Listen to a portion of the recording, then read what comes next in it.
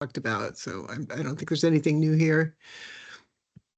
Yeah, so okay. And I'm scrolling so that I can remind myself where we are. Um, boop-a-doo. um, okay, so I think where we left off, we'd incorporated what we talked about in our meeting.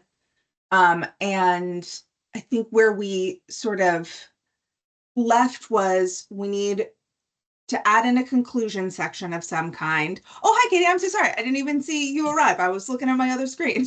No Hello. problem. Hi. Okay, so we need some kind of concluding section, an in summary of some kind.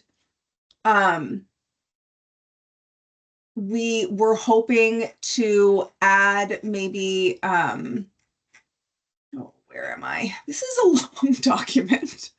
I keep scrolling and scrolling, and it is quite lengthy. We need to add the intersectionality part Yes. too, right? Which I need to do. Yeah. And then, yeah, okay, so we need to add the intersectionality, and Jenna, you were going to work on that, and the rest of us can revise. And then the one other spot was a spot where I had a question for Rowan. And I remember that existed, but I don't remember what. Oh, okay. In the section starting on like page 11-ish, so towards the end, we were talking about maybe reworking or adding in some pieces that were like a little bit broader for other types of sexual misconduct, not just sort of specifically or explicitly sexual assault. And we'd added a couple that had to do with like non-consensual image sharing, etc. But that there was an intention of perhaps, especially with some of the examples about language and suggested language, that we try to have a little bit more breadth there. So those are the sort of three places that we are still in progress on, and otherwise it's pretty close, I think. Mm-hmm. Yeah. Okay, sorry. So yes, so I see my note saying I'd really like to rewrite these, which I haven't done either. I want to just check in on the length of this document, and how we're expecting it to be used. These are good questions. Okay.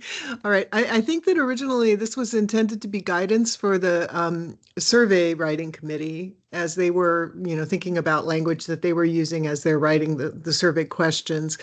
I think there's also, for me at least, there's an assumption that this might be part of the implementation guidelines that we give to colleges and universities when we're talking about what we mean by trauma-informed language in the context of this survey. And I don't think they're going to, I love this document. I think it's really valuable. I don't think they're going to read all 12 pages. And I'm wondering if maybe what we want to do is just make those couple of additions, do the in conclusion, do the other couple of additions, and then without shortening this document, maybe make a summary version that we can then, that might be more useful. Okay. And then keep this as a reference document if people are like, wait a minute, I don't know, I want to know more about this. Yeah. Okay. I mean, I definitely think that once we have all of the things we want to include, there's also a reread and a re-edit that I think we can go through to cut. Just to like shorten language, tighten things up. That usually my process is usually that it's a lot longer before it gets a lot shorter. So I think we can definitely cut it below 12 pages. I hope, actually, I don't know, who's to say? But I like your idea of also then maybe having like, this is the in-depth guide, and then maybe there's like a quick reference guide that is like a lot shorter and has less depth, but is touchstones. Okay.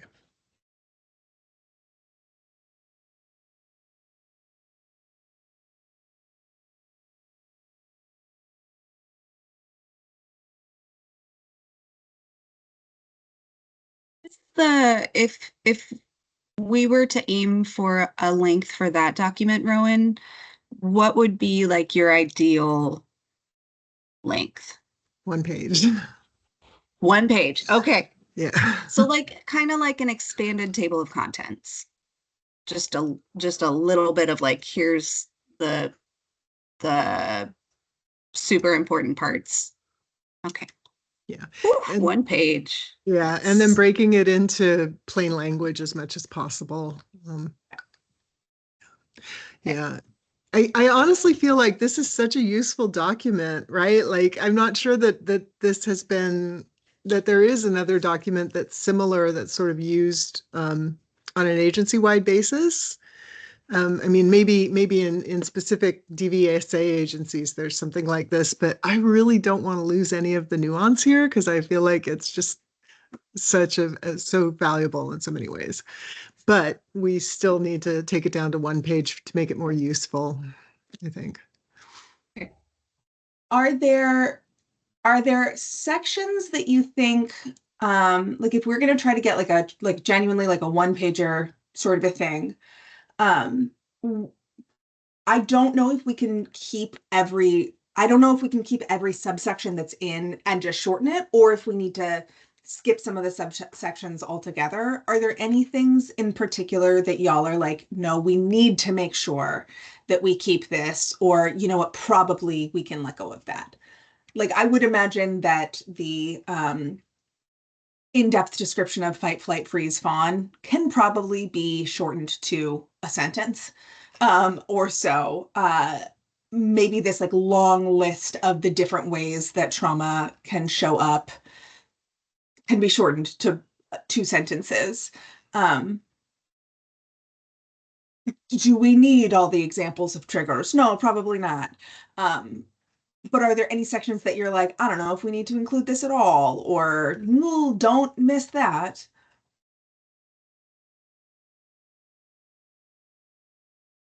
I honestly think the section that starts on page 6 at the bottom, what does trauma informed mean? Taking that and then just, squashing kind of the next couple of sections or the next section into it. So, Mm-hmm. um, yeah, how can communication, what does trauma informed mean? How can communication be trauma informed? Honestly, I think that's pretty much what we need. And then, yeah, I feel like that would be plenty. I don't know how other folks feel.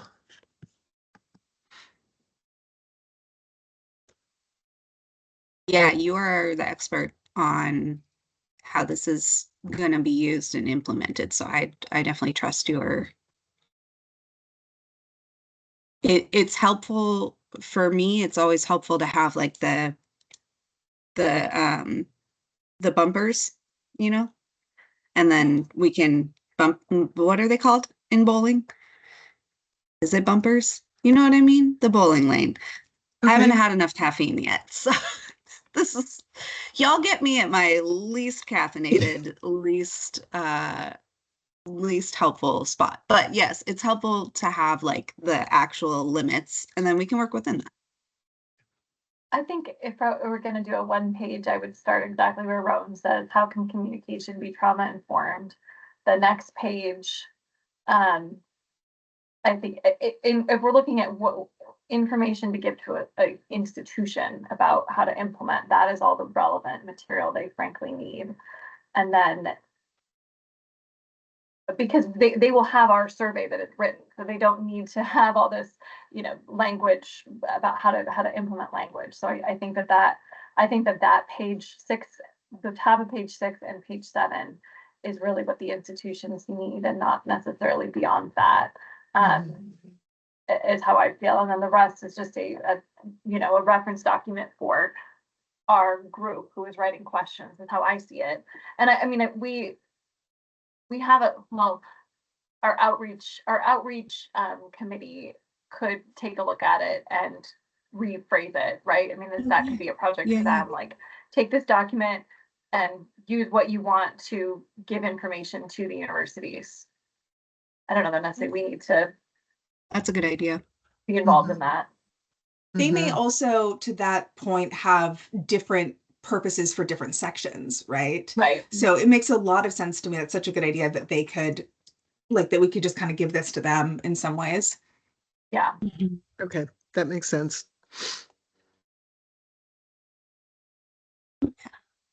The other thing that I thought might be useful for us to have as part of this whole suite of things, as I have a bunch of sort of for more on see this footnotes throughout here, and so I thought just also like a little reference guide for other places to look for more in-depth things that is a little bit more targeted, right? So more like the footnotes. Because I see these lists online that are like all of the information you ever need about trauma-informed care, and they're like 95 things long, and like you have to click through each of them, and they're all really so something that's like for for guidance on language, click here. For explanation of physiology, click here. Like I think that might be useful as Mhm. well. Um, Almost like an annotated bibliography, but in super brief.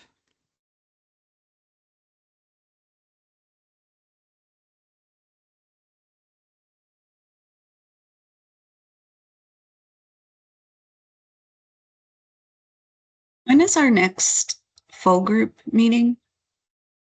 Uh, December 5th, and then that's our last meeting until January like 26th or something.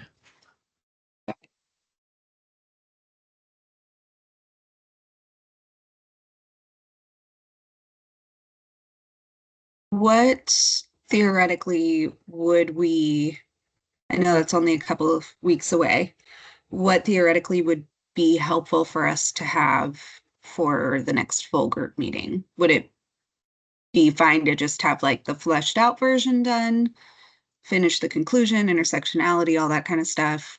Do we need more than that? I mean, if we're going on Katie's suggestion, then I think maybe if we get the full thing completed, we can also sort of share that out with that guidance of like, now this is yours. Y'all can use it however you need it. And then see sort of what happens from there. Yeah. Okay. So having like the finalized version done, done and ready to share. Okay. Mhm. That feels doable to me. I don't know about y'all. Yeah, my list of things to do is shorter now than it was a couple of weeks ago, so I do have time to finish up on this and really focus on it. Um, Same. okay, great. Yeah. Okay. I don't know if my to-do list is shorter, but I'm at least in office more. I have more hours sitting in front of my computer, so. Kevin, when would you need to have the document for it to be included in the meeting materials for the 12/5 meeting? Ideally a week before, but I mean, if it comes in a few days later than that, that's fine. No Okay. later than like 2 days before the meeting. Okay. So what is the first day of that week? Because next Thursday, a week before is oh my God, it's Thanksgiving, y'all. Yeah. I cannot even. So if we got it to you by like the end of the The day on second? Monday the 2nd. Yeah, that would be fine. Okay. This on the 2nd. I feel like that's really doable. Yeah. I believe it is the end of November. Mhm. I know. So, yeah. Hopefully this. So, okay. So, Jenna, you were going to work on that intersectionality section. Mm. And I'm just going to say this out loud again so that you can tell me if I'm wrong, Kevin.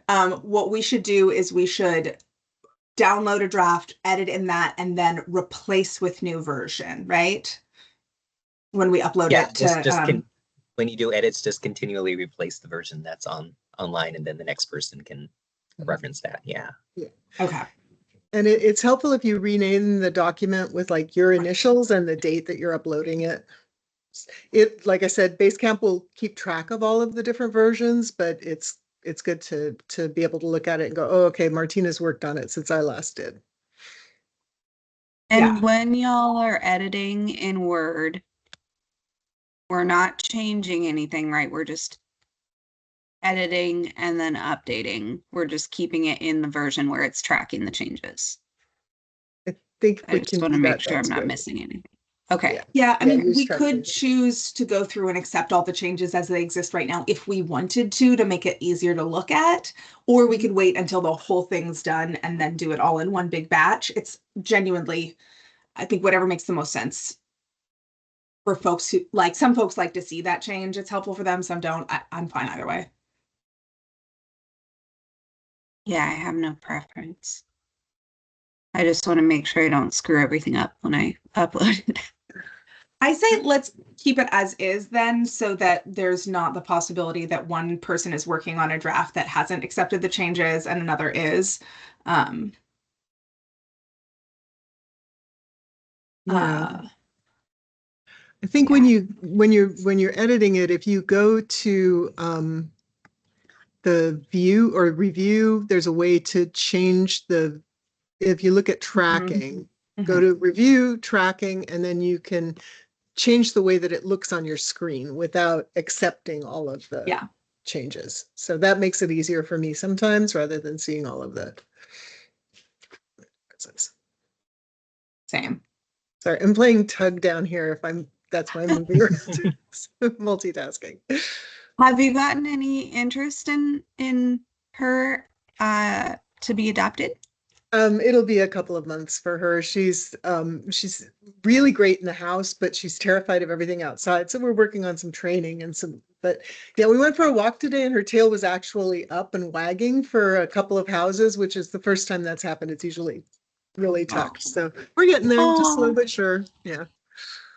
that's good. Okay, this is our most efficient meeting ever, guys. I'm really proud of us. And I want to get Jen out by 9:30.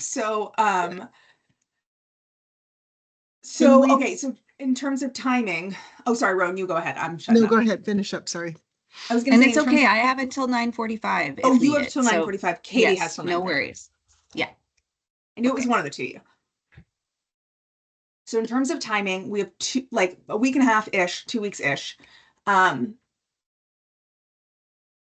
Do we want to try to work concurrently, or do we want to have somebody work on, or Jenna work on intersectionality, then Rowan work on that end section, and then me work on the conclusion or something like that? Like, how do we want to make it happen?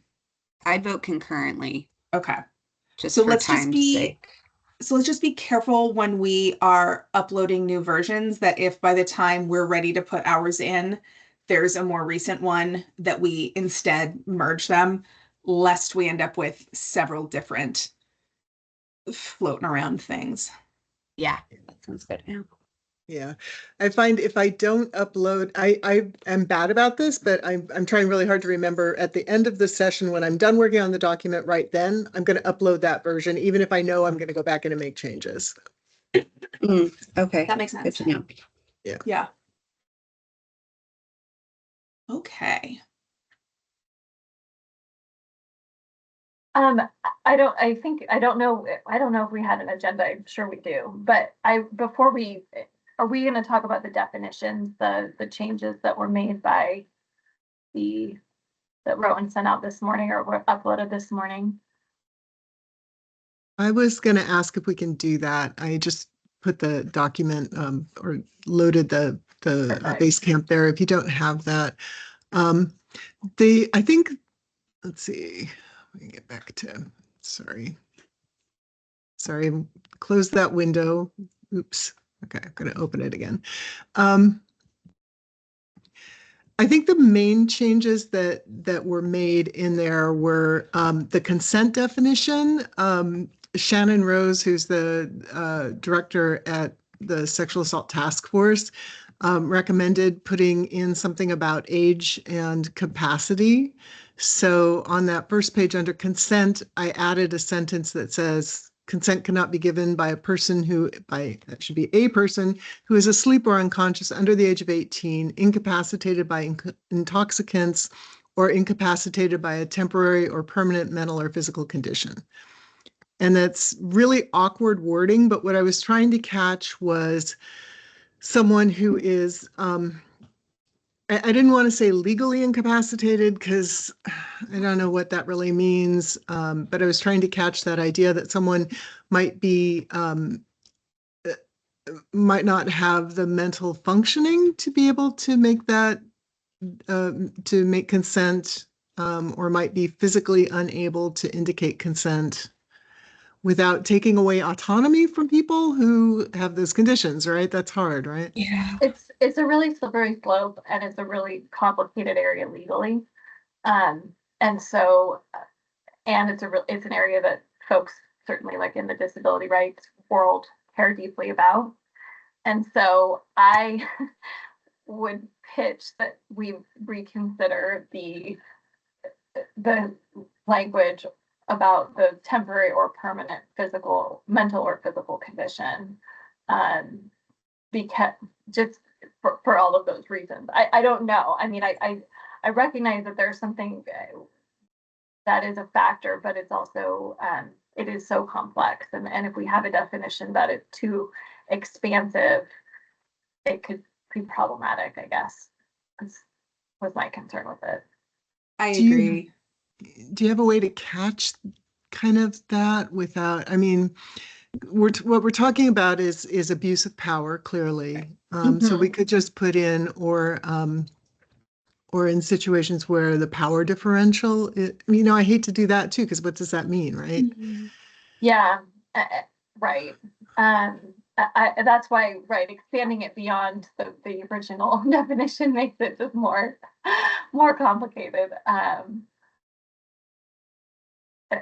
I don't know. I mean, I just thought this morning, and that was sort of a flag for me about how to best encapsulate that. But so I'm gonna have to think about it. But I mean, just legally, this is a very, very tricky area that the courts grapple with to a great extent. And you know, and I know we're not using legal definitions, but legally to be able to consent, the bar is pretty darn low. It's shocking how low the courts are willing to go for that. So, it's, and again, I know we're not adopting a legal definition, but just, we don't want this document to infer something so seismically different potentially than what the law is. So I don't know. Yeah, I think that balance between the law and like the practicality is important. And I honestly have the same feeling about under the age of 18 being in here. I mean, yes, like 18 is the legal age of consent, and also Well, teenagers can consent, Kids, like, because a teenager, two 16-year-olds Right, having exactly. sex is not Right. illegal, but a Right. 16-year-old having sex with a 20-year-old Right, is. right. So it's super complex to Right. flesh out the legal the definition of consent.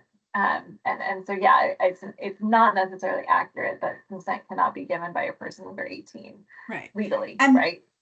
And I think that in particular with this population, because we're talking about college students, not all of them are young, but some of them, a good percentage of them are. And I think it can Right. be really troubling to imply to a 19-year-old or an 18-year-old that somehow, like, last year you were breaking the law and now you're not. I Right. think that I mean, honestly, I have big feelings about that, just in a broader sense. But particularly because of that piece about the legality. I've worked with so many teenagers who are like terrified that they're going to go to jail for child porn because they took a picture of themselves once when they were 17. And I just don't want to contribute to that.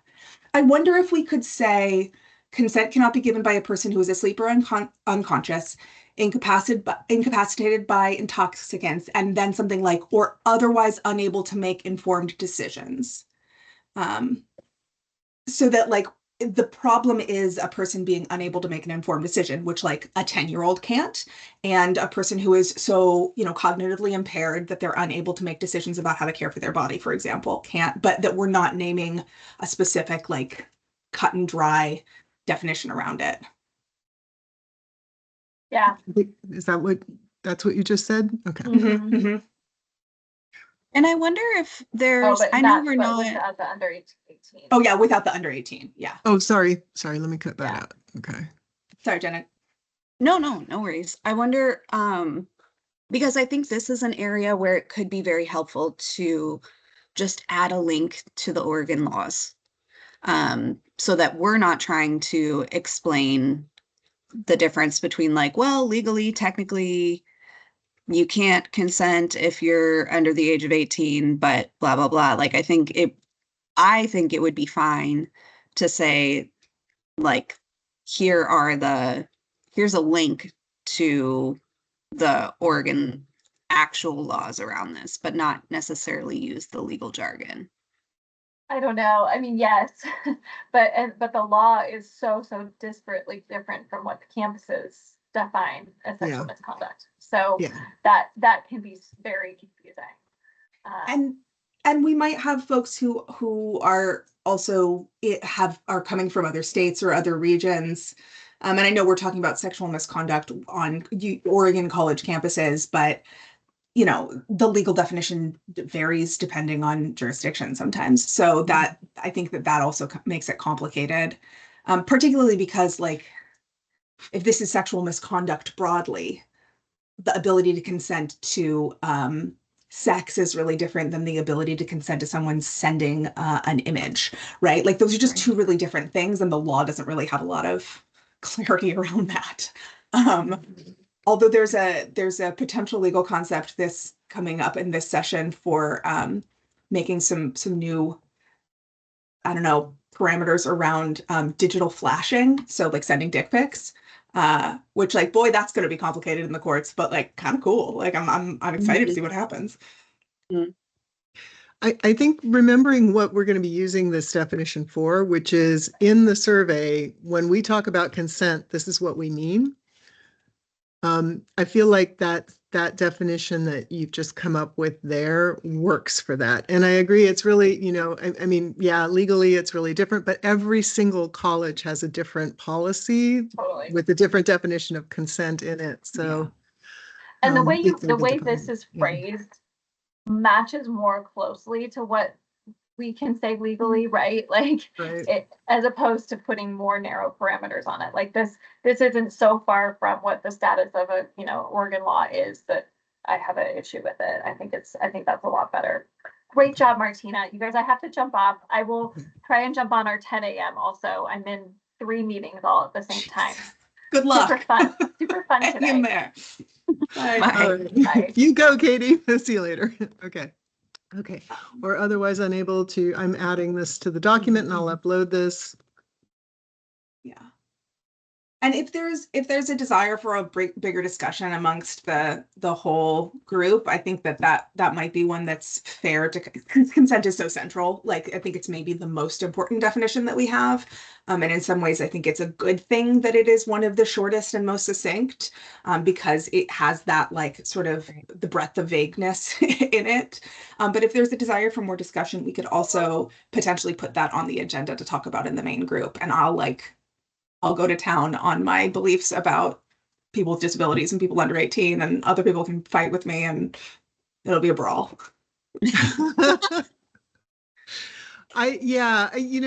You hold that feminist line, Martina, because there are so many people who are trying to take that autonomy away in a whole bunch of different ways. You can't possibly consent because you're an abused woman and you don't know what's good for you, and all of that crap. Lord. Right? Oh no, that's I'm old, but yeah, no, that was really common in the 80s. You can't make that decision because you obviously, yeah. So anyhow, yeah. Okay, so the other one, I think that the major one is the sexual orientation one. And I realized there's a couple of errors in the version that I posted. So I just put the text in the chat. So harassment or violence based on sexual orientation is any form of violence based on a person's real or perceived sexual orientation or the gender of the people they are romantically or sexually attracted to or in a relationship with. So. Yeah. Okay. Yeah. Could we say of the people they are or are not romantically or sexually attracted Yes, to or in a relationship with? Yes. I think that Perfect. includes like ACE, SPY, PAN, etc. Yeah, that makes 5 ors in that sentence, but I can live with that. That's- My English professor heart is just breaking. There's I going to be a know. couple of folks on the council who are going to be like, but they can just, yeah, this works. Yeah. I mean, definitions are hard. Yeah. If they can come up with a better one, then, we'll use that. So, yeah. Okay. All right. Feel like that's great. Okay.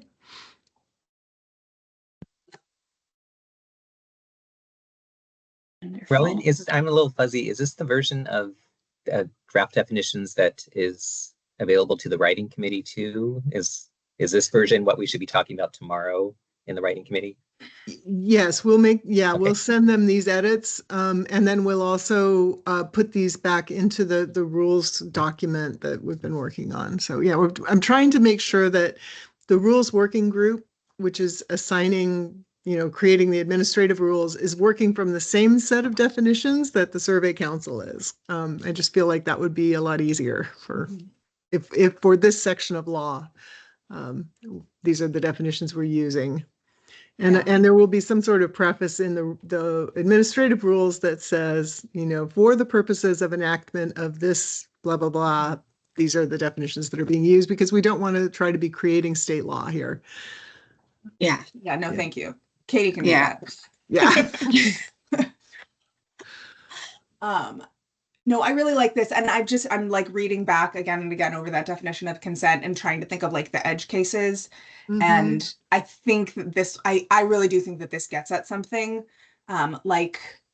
There's only 20 states where it is illegal in a teaching hospital for doctors to perform pelvic exams on unconscious people without their consent. And it's like in those 30 states regularly used as a teaching practice in teaching hospitals that like, oh, hey, med student, this person's having appendix surgery. Yeah, come get your practice in. And so like that person is incapacitated by intoxicants, right? Like given with the intoxicant was taken with their consent, and also like otherwise unable to make decisions, right? Which is very different from someone who is consenting in advance. Like, yeah, sure, go ahead, practice your pelvic exam technique on me while I'm unconscious.